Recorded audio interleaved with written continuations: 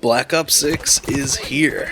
Really, I've realized in this whole process of playing my first few matches, I have a lot to learn. It's been really cool to get back into a Call of Duty. I've skipped over a lot of them in the past.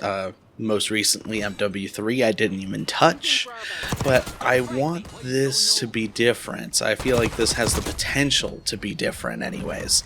Now, typically, I would say I'm a Halo player at heart, but in this case, there's a few things that drew me to Black Ops in the first place. The biggest, of course, is the Omni movement. So Omni movement in this game, if you're unfamiliar, is the ability to really do any action involving movement in any direction. So typically when you sprint in most games, you can only sprint in the direction you're facing. Makes a lot of sense. That's how real life works. But in this case, they decide to unshackle the game in a sense. You can sprint in any direction, you can slide in any direction. So yes, you can slide backwards, you can dive backwards or to the side, whatever it is, you can do it. So I think that was the most standout item, and probably for a lot of people in comparison to previous Call of Duties or just even shooters in general. Like, that whole idea is like, okay, it's new, it's interesting. Really adapting to that has been definitely a tricky part, because it's just not something coded into my brain, but just changing my button scheme really helped.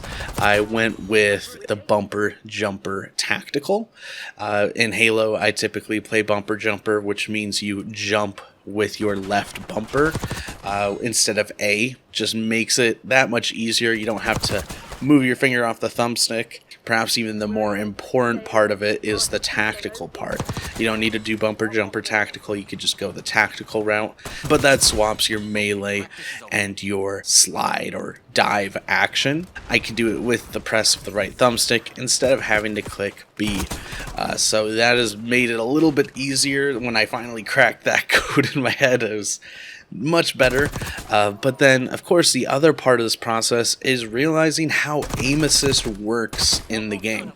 I don't know the exact specifications, but the idea is when you get close to a player, you start to lose aim assist. Now, it's relatively close range, but I think it's really meant to discourage people from just, diving or sliding right into the face of somebody just so they get like insane magnetism or like insane aim assist, like up close as they slide past someone.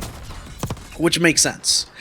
So someone that typically plays in that really up-in-the-face fashion, well, you might need to be aware of that or adjust that playstyle a little bit to be successful in this game. But certainly, you could also take it as a challenge. With those things learned, of course, it's also a big thing that I didn't think about as much initially when jumping in, but it's specifically map knowledge. Map knowledge is super important when we're talking about any sort of arena shooter or a shooter like this, like COD.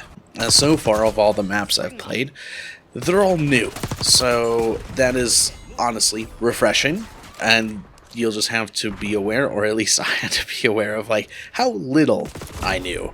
Now, in the process of slowly learning by repeatedly dying over and over, but at this point, I'm starting to get the grasp a little bit.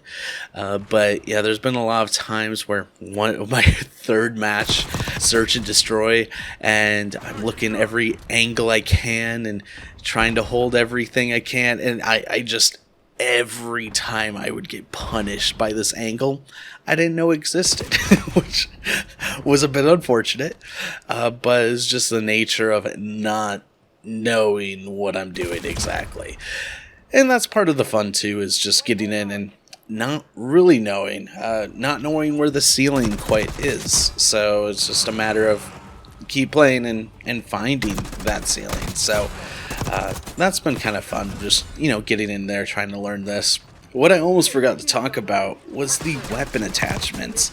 Now, I haven't really been going through and looking at every single one because I'm still very new in the game and I don't have the ability to even put on a lot of attachments. Now I'm comparing this from my previous experiences with like Modern Warfare 2019 and the newer MW2. What I noticed a lot was the attachments, any attachment you would have in those games would be like so degraded by all these other downsides. Whatever you grabbed, oh, it decreases ADS speed or movement speed. Like just the most basic attachments would still have negatives associated with them. It just was discouraging. I wanted to build some cool setup, but I wasn't really encouraged to do so. It felt like any attachment I did that had a plus side, I had to go find a different attachment to offset the negative side. I couldn't really focus on like building up this cool thing as much. At least that was my feeling.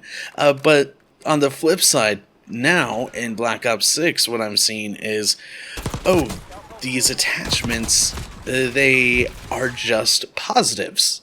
Like a good majority of them that I've looked at least have just positives. And there's a couple where it's like, oh, this is like a really short barrel, so there are some negatives associated with it, like, oh, maybe there's more recoil or something, which makes sense. But the vast majority of attachments I've looked at don't have downsides, which, thank you. Like, I'm just so happy about it. I didn't even realize that was the thing I was concerned about until I saw that the issue wasn't there.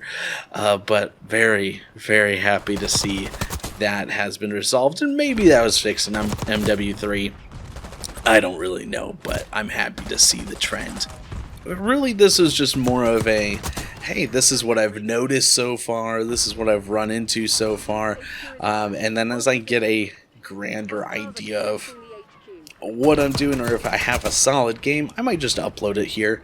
But this is just my initial review, so to speak, if I can call it that. Like, overall, really cool what they're doing. They've got the Omni movement, which I think really sets it apart, so that's exciting to see. But I am going to go back and play more Call of Duty now and try to get better, because oh my gosh. So as I get better, I'll be posting stuff here, but until next time, I'll see y'all later.